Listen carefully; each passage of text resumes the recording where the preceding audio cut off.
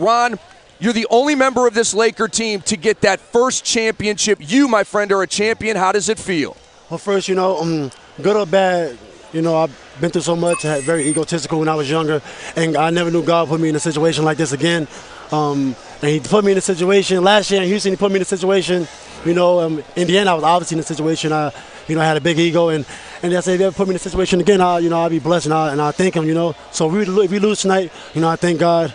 We win tonight, and he blessed me. I don't know why he blessed me with this. When I was really supposed to, I was supposed to get one with Jermaine and Donnie and Larry and Jamal Tinsley and Jeff Foster over there in Indiana. And I bailed out on them. I felt like a coward. Sometimes I don't even like, being in their presence. I feel like a coward in their presence, because I bailed out on them as a teammate. And then I get a championship, so I don't know what God is saying, but I got to thank God, for what happened tonight. Let's talk about this game. You look in the first half as far as the Lakers as a team struggling a little bit, Kobe Bryant struggling, and you step up. What was your mindset? Did you feel that everything was going bad for the Lakers, that you had to come in and step up offensively? Well, the game was just weird. It was a game. I mean, it was like, wow, we're about to lose on our home floor. It's like, do I jack up a three here? I want to jack up a three to get it tied. And I'm like, okay. And I'm like, so I met with my doctor. I see a sports doctor.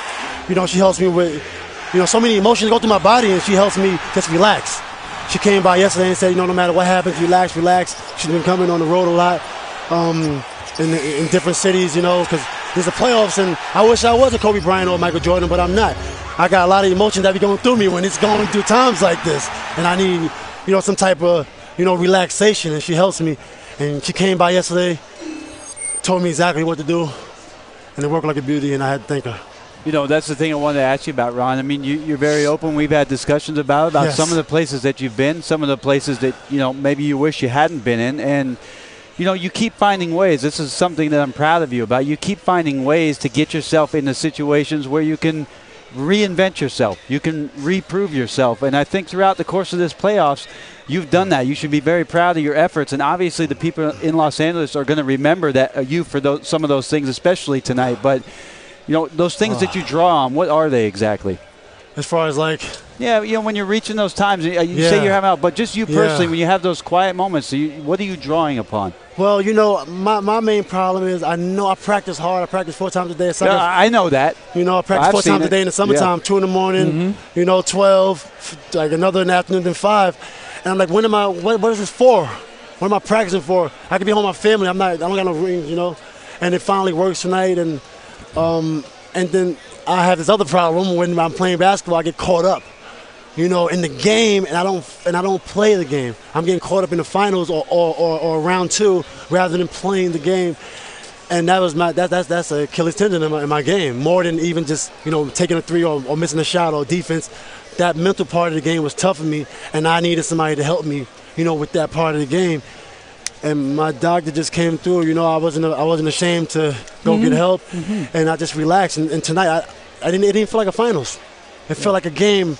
And then for a split second, you're like, man, you're in the finals. We're about to lose on our home floor to Boston. We're down 10. Oh my goodness.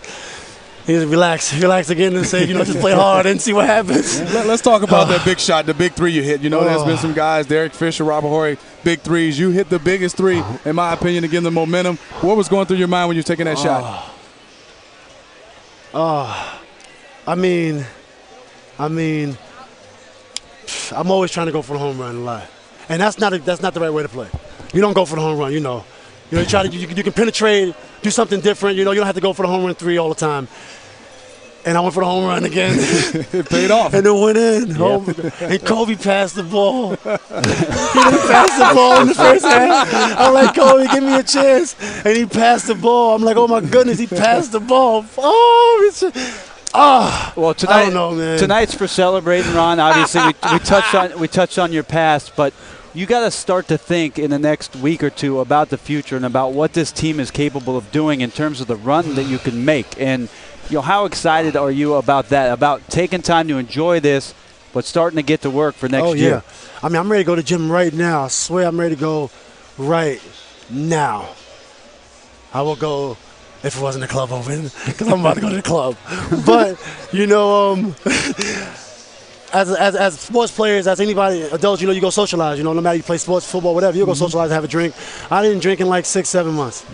I was 270 when I came here, and I said, I gotta lose weight. I gotta get in shape, and we're gonna do this.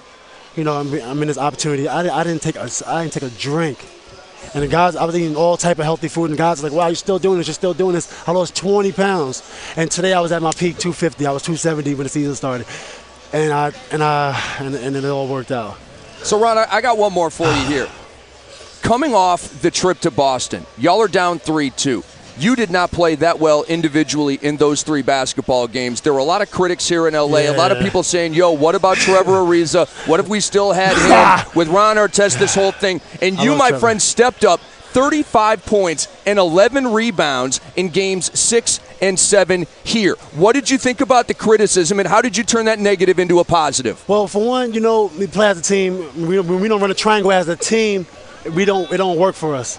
So that's why we've been playing bad in the playoffs. And then, I think, Kobe kind of said, okay, I need you guys. And he used us when we came home. He wanted to win so bad. You've seen he had 23 straight points in Game 5 or something like that. He wanted to win so bad, but I think he could have used us a little bit more.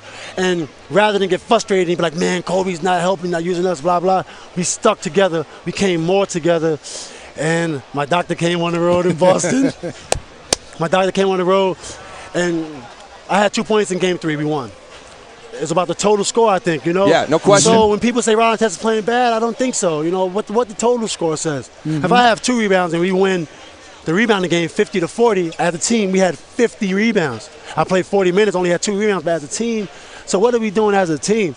And then I let it get to my head. I had 2 points, and everybody's like, Ron Artest only had 2 points. So the next game I come out and I shoot, when really I should just stay in the offense, and it don't matter what you score.